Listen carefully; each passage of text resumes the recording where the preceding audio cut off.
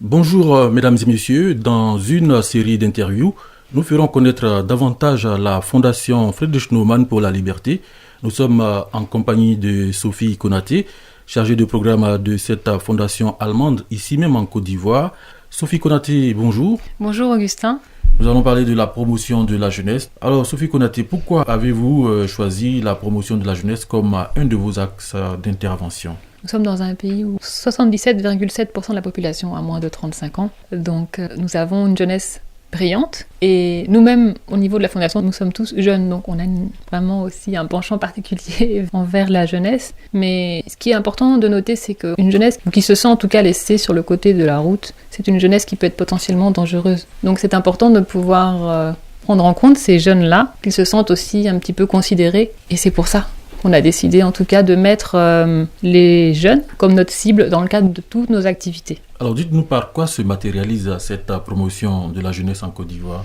Elle se matérialise par plusieurs activités qu'on a eu à mener. Je vais vous donner quelques exemples, pas tout parce que ça serait un petit peu long sinon. Par exemple, nous avons travaillé sur la question de la mise en place d'un compendium de compétences jeunes. Ça nous paraissait important, un peu comme les femmes l'avaient fait. Donc nos travaux avaient été transmis en son temps au ministère de la Jeunesse, qui en a un peu tenu compte pour la mise en place du répertoire des compétences jeunes.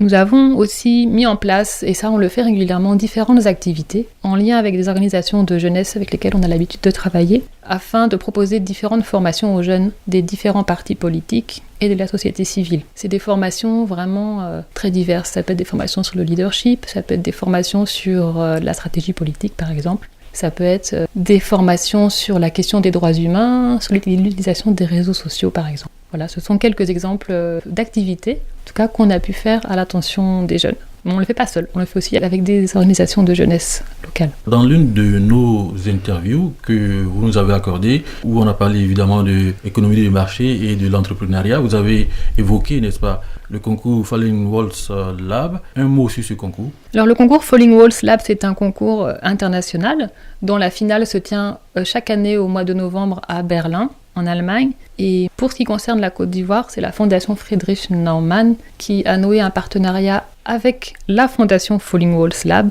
afin de pouvoir organiser cette compétition pour la Côte d'Ivoire. C'est une compétition d'idées, une compétition de projets aussi. Pour ce qui concerne la Côte d'Ivoire, nous avons pu organiser ce concours au mois de juin. Et puis, donc le finaliste, le gagnant du concours, ira à la finale internationale en Allemagne afin de pouvoir présenter son idée, présenter son innovation et concourir avec 100 autres participants qui viennent de tous les pays du monde et rencontrer différents experts, différents businessmen, différents intellectuels qui seront présents lors de cette finale du concours Falling Walls Lab. Donc le jeune homme qui a remporté ce concours ici en Côte d'Ivoire a inventé une tasse pour récolter les VA avec un système de protection contre les intempéries pour éviter la perte de la matière lorsqu'il pleut par exemple. Voilà, donc on espère qu'il va remporter le concours international, ça sera une première pour l'Afrique et pour la Côte d'Ivoire aussi. On l'espère également. Alors un message pour terminer cette interview, un message aux jeunes.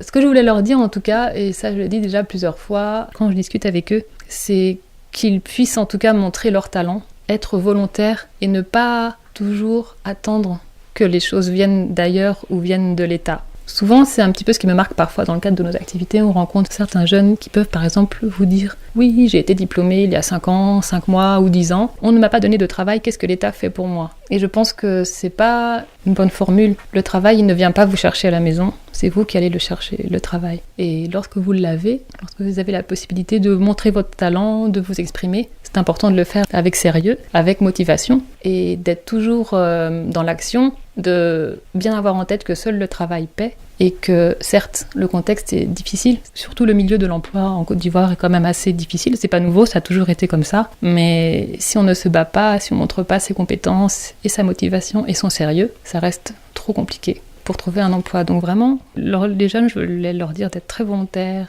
d'innover, d'être créatifs et de travailler toujours avec sérieux dans leurs études aussi et montrer sa motivation et ses compétences. Merci à vous, Sophie Konaté. Merci, Augustin. Je rappelle que vous êtes la chargée de programme de la Fondation Friedrich Naumann pour la liberté ici même en Côte d'Ivoire. Merci et à bientôt.